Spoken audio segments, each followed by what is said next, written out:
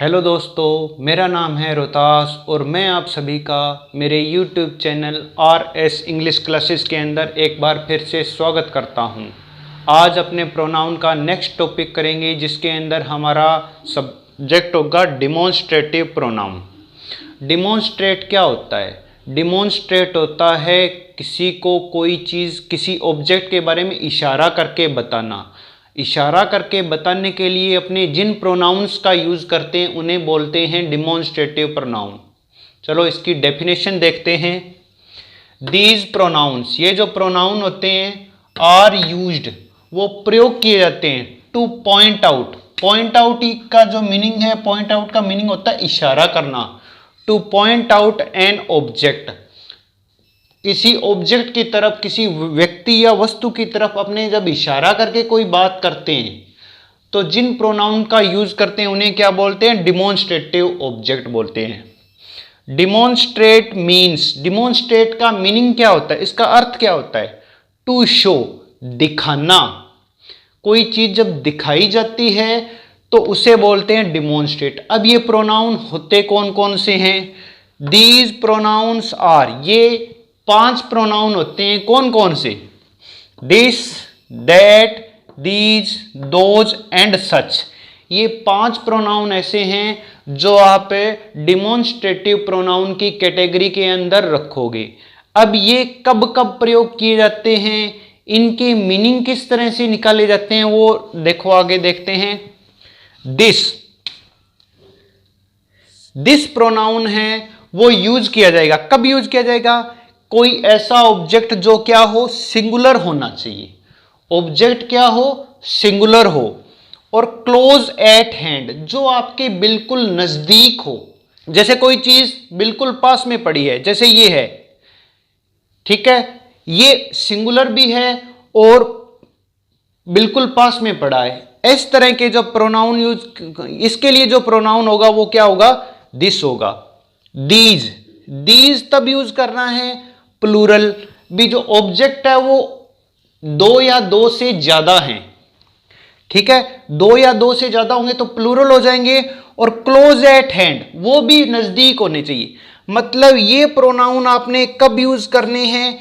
जब कोई ऑब्जेक्ट आपके बिल्कुल नजदीक है, ठीक है। और अगर वो सिंगुलर है तो दिस यूज करोगे, अगर प्लूरल है तो दीज यूज करोगे। उसी तरह से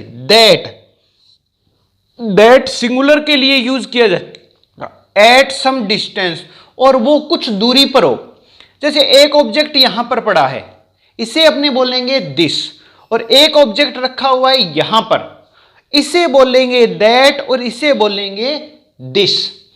दोनों ही सिंगुलर है।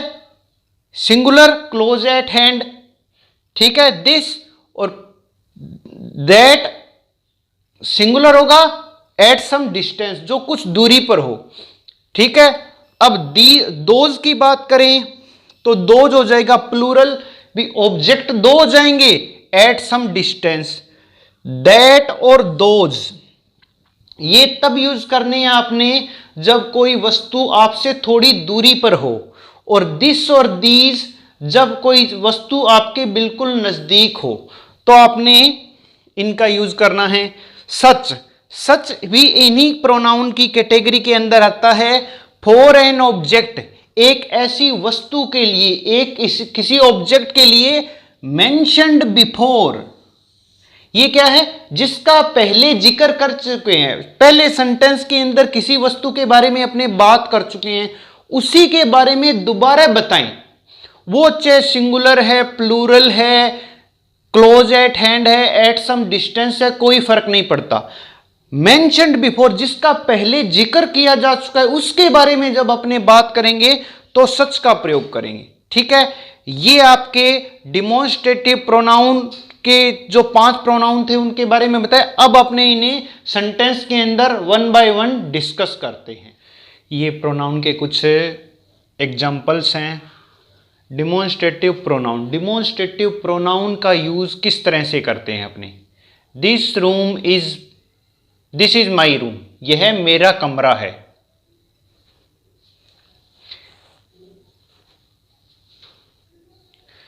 ये डिमॉन्स्ट्रेटिव प्रोनाउन है। इनके अपने कुछ एग्जाम्पल्स करते हैं। दिस इज माई रूम, यह मेरा कमरा है, मतलब ये कमरा मेरा है, सिंगुलर है ये और बिल्कुल पास में है, तो अपने दिस का यूज किया। These are merely excuses, excuses क्या होता है? एक्सक्यूजेस होता है बहाने और मियरली होता है केवल। दीज आर मियरली एक्सक्यूजेस, ये तो केवल बहाने हैं, बहानों की बात कर रहे हैं और वो अपने बात कर रहे हैं तो वहीं पर वो बहाने दिए जा रहे हैं और वो एक से ज्यादा है तो दीज आ गया। That is an old school, कुछ दूरी पर है तो अपने इशारा करेंगे, बोलेंगे that is an old school. Those are the apples, वो सेब हैं, पेड़ के ऊपर लगे हुए हैं सेब, तो वो हमसे दूर हैं और संख्या में हम एक से ज्यादा हैं, तो दोज आर द एप्पल्स। अब देखो सच का यूज, ही इज ब्रेव, वह बहादुर है, एंड वेलकम एज सच, और एक बहादुर की तरह ही उसका स्वागत किया गया। ठीक है, सच किसके लिए आता है? जो चीज पहले मेंशन की जा चुके, मेंशन्ड बिफोर, वह बहादुर है और उसका स्वागत कैसे किया गया? जैसे एक बहादुर व्यक्ति का किया जाता है। अब देखो जो प्रोनाउन मैंने लिखे हैं, this, these, that, those and such, in pronoun के जस्ट आगे वाली चीज देखो, वर्ब है ये भी वर्ब है, ये भी वर्ब है, ये भी वर्ब है और यहां पर कुछ है ही नहीं। जब इनके आगे ये प्रोनाउन यूज करें और इनके जस्ट आगे यदि वर्ब आती है, अगर कोई क्रिया का प्रयोग किया जाता है या किसी भी चीज का प्रयोग नहीं किया जाता, तो ये सारी चीजें क्या होती है? प्रोनाउन होती है। पर हर बार ऐसा नहीं होता, कई बार ये ऐसे वर्ड्स होते हैं जो कई बार वाक्य में एडजेक्टिव, विशेषण का काम भी करते हैं, और वो विशेषण का काम कब करेंगे? जब इनके जस्ट आगे किसी नाउन का प्रयोग कर लिया जाए। दीज प्रोनाउंस, ये जो प्रोनाउन है, मे, हो सकता है, ऑल्सो बी यूज्ड, कि प्रयोग कर लिए जाएं, एज एन एडजेक्टिव, एक विशेषण की तरह प्रयोग कर लिए जाएं। कब? व्हेन, जब, दे आर यूज्ड, जब उनका प्रयोग किया जाता है विद अनदर नाउन, किसी दूसरे, एक तो ये प्रोनाउन होंगे, इन प्रोनाउन के जस्ट आगे क्या आ जाएगा? एक और नाउन आ जाएगा, दोनों मिलकर आएंगे, उसके आगे हो सकता है वर्ब आ जाए। जब कंडीशन होती है तो ये क्या बन जाते हैं? एडजेक्टिव बन जाते हैं, विशेषण बन जाते हैं। जैसे दिस बुक इज कॉस्टली, यह किताब महंगी है। क्या है महंगा? किताब है महंगी। और किताब क्या है? बुक क्या है? एक नाउन है या नहीं है? ऊपर देखो दिस इज था, यहां पर क्या है? दिस बुक है। ये डिफरेंस है। These excuses are not true, ये बहाने सही नहीं हैं। दीज एक्सक्यूजेज, एक्सक्यूजेज क्या होता है? बहाने, नाउन है। दैट रूम इज माइन, वो कमरा मेरा है। क्या है आपका? वो कमरा, ये कमरा क्या है? नाउन है। दोज बॉयज आर ऑनेस्ट, वो लड़के ईमानदार है। कौन है ईमानदार? वो लड़के हैं। देखो बुक नाउन है, एक्सक्यूजेज नाउन है, रूम नाउन है, बॉयज नाउन है। अब देखो ही इज डिसऑनेस्ट, वह बेईमान है। डिसऑनेस्ट, ऑनेस्ट होता है ईमानदार, डिसऑनेस्ट उसका ऑपोजिट है, एंटोनियम्स है, क्या होता है? बेईमान। वह बेईमान है। एंड सच मैन्स, और इस तरह के व्यक्ति, किस तरह के व्यक्ति? जो बेईमान होते हैं। हु इज ए डिसऑनेस्ट, जो डिसऑनेस्ट होते हैं, आर नॉट अलाउड हियर, उन्हें यहां पर नहीं आने दिया जाएगा। ठीक है, ये डिफरेंस है भाई प्रोनाउन में और एक एडजेक्टिव में। प्रोनाउन में उस प्रोनाउन के जस्ट आगे या तो वर्ब आएगी या कुछ नहीं आएगा, और यदि वो एडजेक्टिव का काम करेगा, विशेषण का काम करेगा, तो उसके जस्ट आगे वाला जो शब्द होगा वो क्या होगा? नाउन होगा। जैसे सच के आगे भी देख लो, मैन जो लिखा गया है वो नाउन ही है, सारों में नाउन लिखे गए हैं इनके आगे। ये आपका डिमॉन्स्ट्रेटिव प्रोनाउन हो गया। इसके अंदर अब थोड़ी सी बातें और रह गई है, वो और डिस्कस कर लेते हैं अपने। कई बार क्या होता है कि जो डिमॉन्स्ट्रेटिव प्रोनाउन है, डिमॉन्स्ट्रेटिव प्रोनाउन एक ही सेंटेंस में दो अलग अलग वर्ड्स के लिए वहां पर अपने दिस और दैट का यूज कर लेते हैं। ठीक है, तो कई बार जो न्यू लर्नर होते हैं उन्हें ये पता ही नहीं चलता भी जो दिस है वो किस वर्ड के लिए यूज किया गया है और दैट है वो किस वर्ड के लिए यूज किया गया है। जैसे आप एग्जांपल देखो, वर्च्यू एंड वॉइस। वर्च्यू होता है गुण और वॉइस होती है बुराई। Virtue and vice both are the two aspects of life. Aspects होते हैं पक्ष, हिस्से कह सकते हो आप, कि गुण और बुराई, किसी के अंदर कोई गुण है या किसी के अंदर कोई बुराई है, जीवन के दो हिस्से हैं, दो पक्ष हैं। This leads to misery. Misery होता है दुख। यह चीज तो आपको दुख के पास ले जाती है, and that leads to happiness, और वो चीज आपको खुशियों की तरफ ले जाती है, अच्छे माहौल की तरफ ले जाती है। अब यहां पर क्या हो गया कि यहां पर यूज कर लिया गया दिस और यहां पर यूज कर लिया गया दैट। लीड्स का अर्थ होता है ले जाना। तो दिस किसके लिए यूज किया गया है? कौन सी चीज आपको दुख की तरफ ले जाती है? पता चल गया, वॉइस ले जाता है। पर कैसे पता चला? मैंने कहा था दिस उस ऑब्जेक्ट के लिए यूज करेंगे जो आपके क्लोज एट हैंड, और दैट उसके लिए एट सम डिस्टेंस। तो यहां पर देखो, जो दिस है उससे अगर अपने सेंटेंस में इस तरफ चलें, इस साइड में चलें, तो कौन सी चीज पहले आती है? वॉइस। दिस वॉइस के लिए यूज किया गया क्योंकि पहले वॉइस आएगा, बाद में दूर। दिस के पास में क्या है? वॉइस है या वर्च्यू है? वॉइस है, तो वॉइस के लिए तो यूज किया गया दिस, और दैट जब चलेंगे तो पहले तो आया दिस और एट सम डिस्टेंस, कुछ दूरी पर क्या है? वर्च्यू। तो दैट किसके लिए यूज किया गया? वर्च्यू के लिए। ये मैंने लिखा है in this sentence this is used for voice, that is used for virtue. ठीक है, कि जो मतलब बुराई है वो तो हमें दुख की तरफ ले जाती है, और जो हमारे अंदर जो गुण है ना वो हमें खुशियों की तरफ ले जाते हैं। ठीक है, अब इसी तरह का एक सेंटेंस और है जिसके अंदर आप खुद बताना कौन सी चीज किसके लिए यूज की गई है। Tobacco and alcohol. टबैको होता है तंबाकू और एल्कोहल है शराब। Tobacco and alcohol both are injurious to health. Injurious क्या होता है? खतरनाक। कि तंबाकू और शराब दोनों ही जीवन के लिए, स्वास्थ्य के लिए खतरनाक है। But this is less than that. परंतु ये चीज उस चीज से कम खतरनाक है। दोनों ही खतरनाक है, परंतु उसने बता दिया भी ये चीज कम खतरनाक है और ये चीज ज्यादा खतरनाक है। तो देखो इन sentence this is used for, this किसके लिए यूज किया गया है, and that is used for, और दैट किसके लिए यूज किया गया है? दिस उसके लिए यूज होगा जो क्लोज एट हैंड, जो बिल्कुल पास में है। अब दिस से अपने इस साइड में चले तो पहले क्या आता है? एल्कोहल आता है ना, फिर आएगा टबैको, और दैट से जब चलें अपने तो पहले एल्कोहल आएगा और बाद में क्या आएगा? टबैको। तो दिस होगा आपका एल्कोहल के लिए और दैट यूज हो जाएगा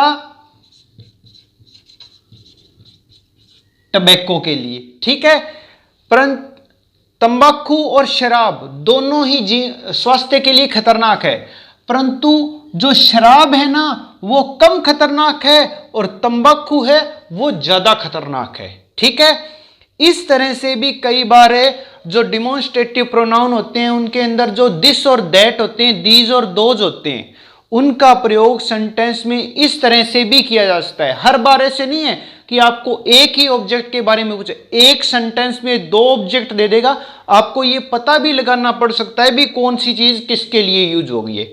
इसी के साथ आपका डिमॉन्स्ट्रेटिव प्रोनाउन पूरा होता है। अब अपने नेक्स्ट प्रोनाउन करते हैं। ये आपका नेक्स्ट प्रोनाउन है जिसका नाम है इंडेफिनेट प्रोनाउन। इंडेफिनेट का मतलब क्या होता है? इंडेफिनेट होता है कि कोई भी जिसके बारे में आप पूरे निश्चित नहीं हो कि वो संख्या में कितने हैं, 1 है, 2 है, 5 है, 10 है, जब आपको पूरा विश्वास ना हो, आप इनडेफिनेट अनिश्चित हो, तब आप इस प्रोनाउन का यूज करोगे। जैसे दीज प्रोनाउंस, ये जो प्रोनाउन है आर यूज, वो प्रयोग किए जाते हैं for non particular. Non particular, particular क्या होता है? पर्टिकुलर होता है विशेष, जिसके बारे में आपको पता हो कि वो 1 है, 2 है, 4 है, 5 है। जब आपको पता हो तो हो गई वो पर्टिकुलर। नॉन पर्टिकुलर का मतलब है जब आपको पता ही नहीं है कि वो संख्या में कितने हैं, है भी या नहीं भी, अंदाजा लगाया जाता है केवल।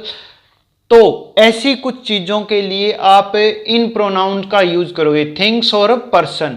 नॉन पर्टिकुलर व्यक्ति और वस्तु के लिए जिस प्रोनाउन का प्रयोग करते हैं उन्हें बोलते हैं अपने इनडेफिनेट प्रोनाउन। हिंदी के अंदर होते हैं अनिश्चित सर्वनाम, ठीक है। दीज आर, ये हैं। अब ये कौन कौन से प्रोनाउन होते हैं? देखो, all, few, any, one, everyone, everybody, everything, ठीक है। Some, somebody, someone, something, nobody, none, many. ये कुछ ऐसे वर्ड्स हैं जिनसे आपको पता ही नहीं है कि आगे हम जिसकी बात कर रहे हैं वो संख्या में कितने हैं। जब ऐसे प्रोनाउन का यूज किया जाता है तो उन्हें बोलते हैं इनडेफिनेट प्रोनाउन। इनका यूज कैसे करते हैं, मैंने कुछ एग्जाम्पल लिखे हैं। जैसे one hardly knows what to do, भी जो स्टूडेंट बैठे हैं उनमें से मुश्किल से ही कोई जानता है कि क्या करना है। वन होता है कि कोई भी एक, हार्डली होता है मुश्किल से, नोज कोई भी एक आधा होगा जो मुश्किल से जानता होगा कि क्या करना है। None of his poems are well known, उसके द्वारा लिखी गई कोई भी पोइम वेल नोन, भी प्रचलित, लोकप्रिय नहीं है। ऑल वर ड्राउंड, सारे ही डूब जाएंगे, सारे ही डूब गए थे। ऑल कितने थे डूबने वाले? 2 थे, 5 थे, पता नहीं, पर जितने थे सारे ही डूब गए। Many of them were Gorkhas, उनमें से बहुत सारे क्या हैं? गोरखाज हैं। एक सॉरी रह गया, फ्यू एस्केप्ड फ्रॉम देयर, कुछ लोग थे जो वहां से बचकर भाग निकले। सम आर बोर्न ग्रेट, कुछ ही लोग ऐसे होते हैं जो जन्मजात ही क्या होते हैं? महान होते हैं। एवरीथिंग इज इंपॉर्टेंट, हर एक चीज महत्वपूर्ण है। वी डिड नॉट सी, हम देख ही नहीं पाए। एनी ऑफ देम अगेन, जो लोग थे उनमें से किसी एक को भी हम दोबारा नहीं देख पाए, ठीक है। इस तरह से इन्हें आपने यूज करना है। ये आपका हो गया है इनडेफिनेट प्रोनाउन। आज हमने 2 प्रोनाउन किए हैं, एक तो हो गया आपका डिमॉन्स्ट्रेटिव प्रोनाउन और दूसरा है इनडेफिनेट प्रोनाउन। इन दोनों प्रोनाउन से रिलेटेड कुछ एक्सरसाइज है, वो अपने एक्सरसाइज करेंगे। So let's start the exercise.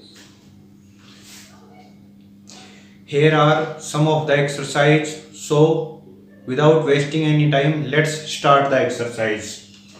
Have joined the party, party join कर ली। पार्टी किसने ज्वाइन कर ली? तो आप जब बताने देते हो, काउंटिंग आपको पता नहीं है तो आप सीधा अंदाजे से लिख सकते हो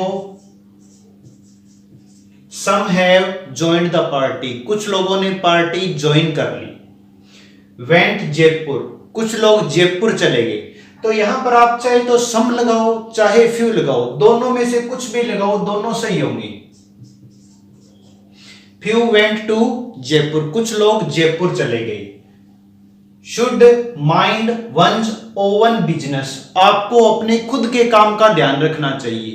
तो यहां पर वन आया हुआ है तो हम दोबारा पहले लगा देंगे one should mind one's own business, आपको खुद अपने काम का ध्यान रखना चाहिए। डू गुड टू, अच्छा करो, किन के साथ अच्छा करो? दूसरों के साथ, तो यहां पर लगा देंगे अदर्स। अदर्स भी आपका डिमोन्स्ट्रेटिव प्रोनाउन के अंदर ही काउंट किया जाएगा। Is a gift from my father, मेरे पिता की तरफ से यह एक गिफ्ट है, इनाम है। एक ही है वो और वो आपके बिल्कुल पास में है, तो यहां पर आप लगा सकते हो this is a gift from my father, यह गिफ्ट मेरे पिता की तरफ से दिया गया है। इज ताजमहल, वह ताजमहल है, यह ताजमहल है, वह ताज, दोनों में से कुछ भी हो सकता है, तो हमने लगा देंगे दैट इज ए ताजमहल, वह एक ताजमहल है। Are the books I found in my bags, ये वो किताबें हैं जो मुझे मेरे बैग के अंदर मिली, वो आपके बिल्कुल पास में और संख्या में ज्यादा है, तो यहां पर आप लगाओगे these are the books I found in my bags, ये वो किताबें हैं जो मुझे मेरे बैग में मिली। He was the lion of the class, वह क्लास का शेर है। लॉयन मतलब वास्तव में शेर नहीं है, शेर जितना बहादुर है। ही was the lion of the class and always, और हमेशा प्रेजेंटेड, उसे लोगों के सामने प्रस्तुत किया जाता है एज लॉयन, शेर की ही तरह। तो यहां पर दोबारा जब लिखने की बजाय सीधा लिख देंगे एज सच, और उसे शेर की ही तरह प्रेजेंट किया जाता है। इसी के साथ आपके दो प्रोनाउन डिस्ट्रीब्यूटिव और दूसरा है इंडेफिनेट प्रोनाउन, दोनों कंप्लीट हो गए हैं और आशा करता हूं कि आपको ये समझ में भी आ गए होंगे। If you like the video, press like and share button, and also subscribe my YouTube channel RS English Classes for the latest video like this.